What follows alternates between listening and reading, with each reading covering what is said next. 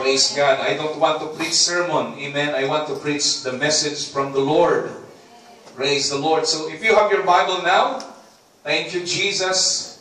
In Romans chapter 14, verse 12.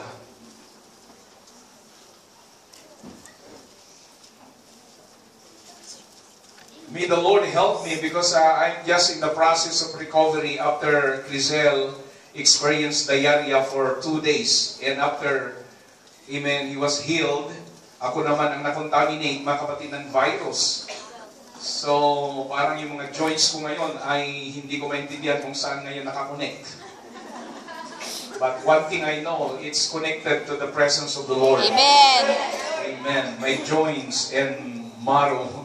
Praise God. Are you there? Amen. So then, every one of us shall give account of himself to God. I would like also to add this book in 2 Corinthians chapter 5, verse 10. 2 Corinthians chapter 5, verse 10. All right? Ating projector. For we must all appear before the judgment seat of Christ, that everyone may receive the things done in his body according to that he hath done, whether it be good or whether it be bad. Dear Lord, ang salita mo ay punong-puno na po ng authority. We pray, Lord, that lose the power of your word to your people today. Lord, let the power of your Spirit speak to each and every one of us. We have guests today. Lord, let the joy and peace be with them, Lord.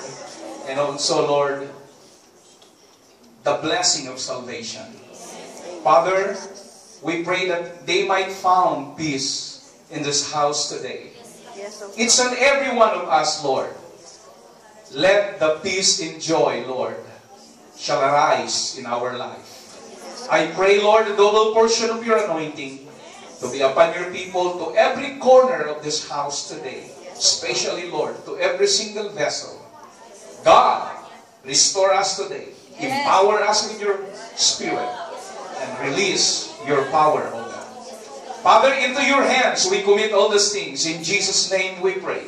Amen. Amen. Lay your Bibles down and clap your hands for the glory of the Lord. Hallelujah.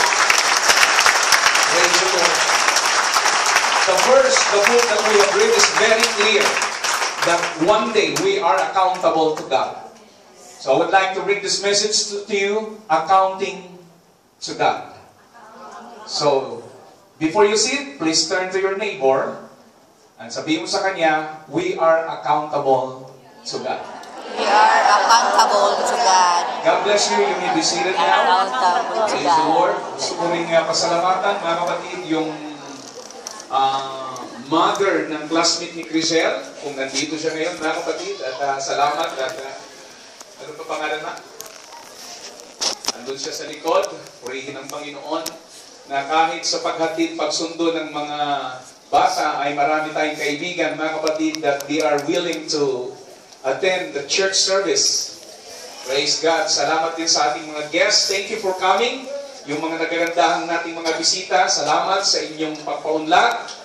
Praise God. Just feel at home and enjoy the presence of the Lord as we worship the Lord together this afternoon. Praise God. So, as I have told you before, we are all accountable to the Lord. Whether you like it or not, all of us will give account before God. Right? Yes, amen. In that time, come Judgment Day. In Hebrews chapter 9, verse 27, the Bible said, it is appointed to a man once to die, and after that, the judgment of God.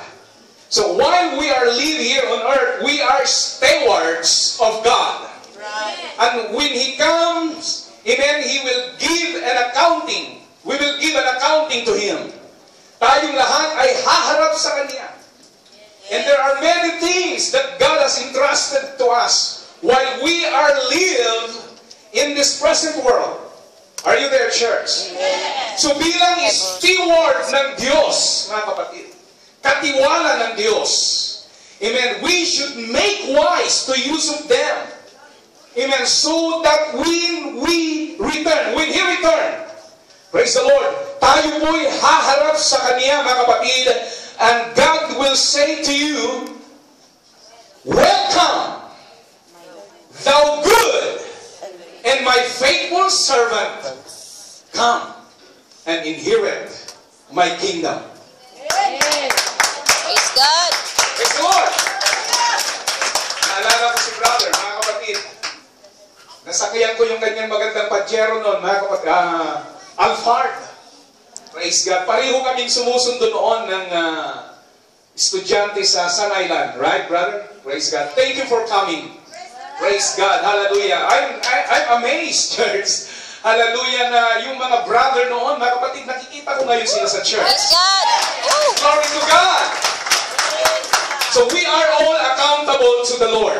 Everybody say amen. Amen. Tayong lahat ay katiwala ng Diyos, mga kapatid, sa mga bagay na pinagkatiwala niya sa atin.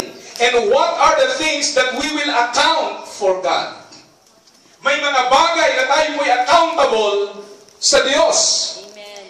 The first thing that we are accountable to God is our time. Are you there, church? Yeah. I believe with all my heart that the time belongs to God. He created it to use it for us. Nilalang ng Diyos, binigay ng Diyos ang oras para gamitin natin. Because I believe with all my heart that time is precious. And no man can control the time. Hello? You cannot also borrow the time. Amen. Hamong mabaling na bulutin ko na natilukano. Amen? You cannot hold and keep the time. Amen. Because your time before ay hindi pwedeng ibayad kahapon. That's right. O ngayon, in vice versa. Because there are people says, pahiram naman ang oras mo. No? You cannot borrow the time. Hello? Amen. Walang hiraman ng oras. Hindi pwedeng ibayad. Time is time. Amen. Sabi ng isang saying, sana bukas pa ang kahapon. Hindi pwedeng mangyari yon, mga kapatid. Everybody say amen. Amen. Sana. Kaya maging ang isang sikat na singer noon, mga kapatid, si Jim Croce, hindi si Brother Jim. Yeah, si Jim Croce, mga kapatid. Si Jim Croce, mga kapatid, ay may inawit po siya, mga kapatid, na isang song, mga kapatid.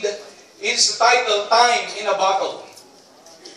Amen? It is one of the famous folk song in 1970s in United States of America, right?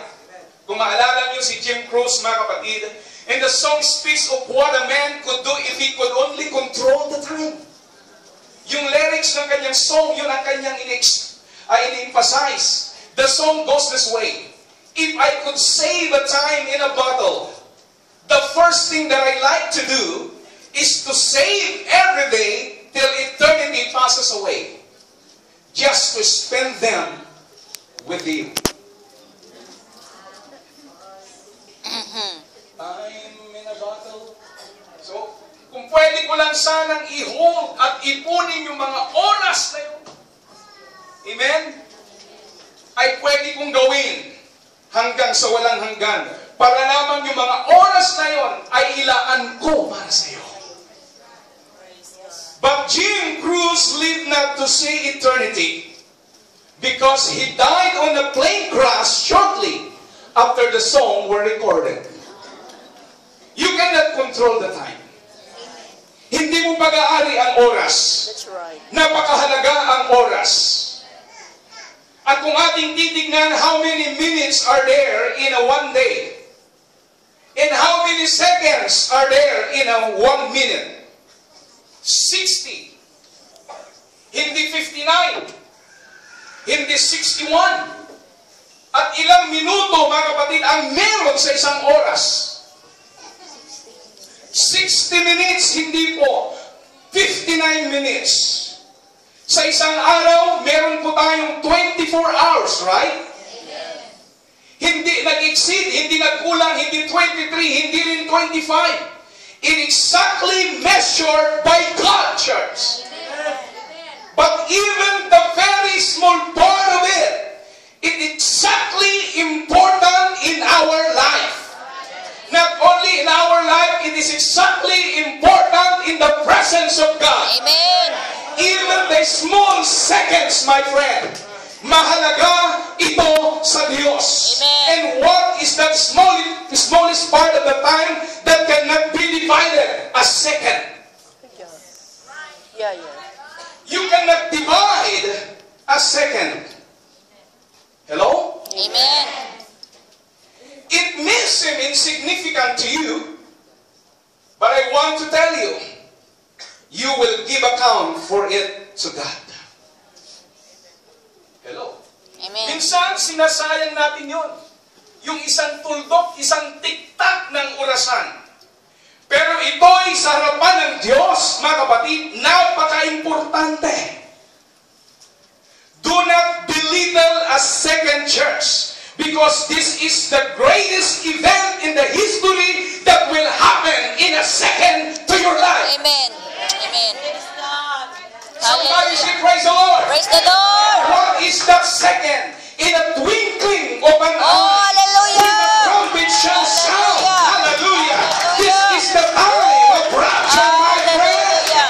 In a moment, hallelujah, a second or a year is equally important to the Lord. Oh, Jesus. And Hallelujah. everything that we waste our time, we are accountable in the presence of the Lord. Hallelujah.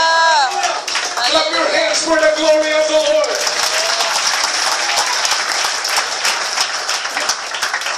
When time shall be no more, church, wala na tayong tatakbuhan. Ang ating last recourse, mga kapatid, ang magmamakaawa sa Diyos. Dahil papahintulutan na ang Diyos doon, mga kapatid, ang oras. Amen? So on personal accounting, we will all have a 24 hours a day. And God has given us equal time. Walang overtime. Andiyan ba kayo, mga kapatid? Amen. Paano mo ginagamit ang oras mo sa Diyos? Paano mo ini-expend, mga kapatid, ang oras na ito sa iyong buhay? As I have said a while ago, we are accountable to the Lord. We have 24 hours a day. The first 8 hours, saan mo ito ini-expend? Saan mo ito ginugugol? Of course, sa hanap buhay. Hello? Amen. To your office. Amen? Alam mong office natin, mga kapatid, karamihan sa inyo, sa toilet, sa market, sa kitchen. That's your office. Praise God. Sa bed, lahat. Kung ikaw ay nasa province, sa farm, mga kapatid, sa business, maraming iba. That is your first 8 hours na iyong ini-spend sa iyong buhay. But how about the second 8 hours? Because we have 24 hours a day. Of course, kapag hindi ka kumain, kailangan mong kumain. So the second 8 hours, you spend yung ikabubuhay mo. You need to sleep. You need to cook. You need to rest. Hindi ba kayo, ma? Amen. Reading the Bible, etc. Reading whatever you want to read it.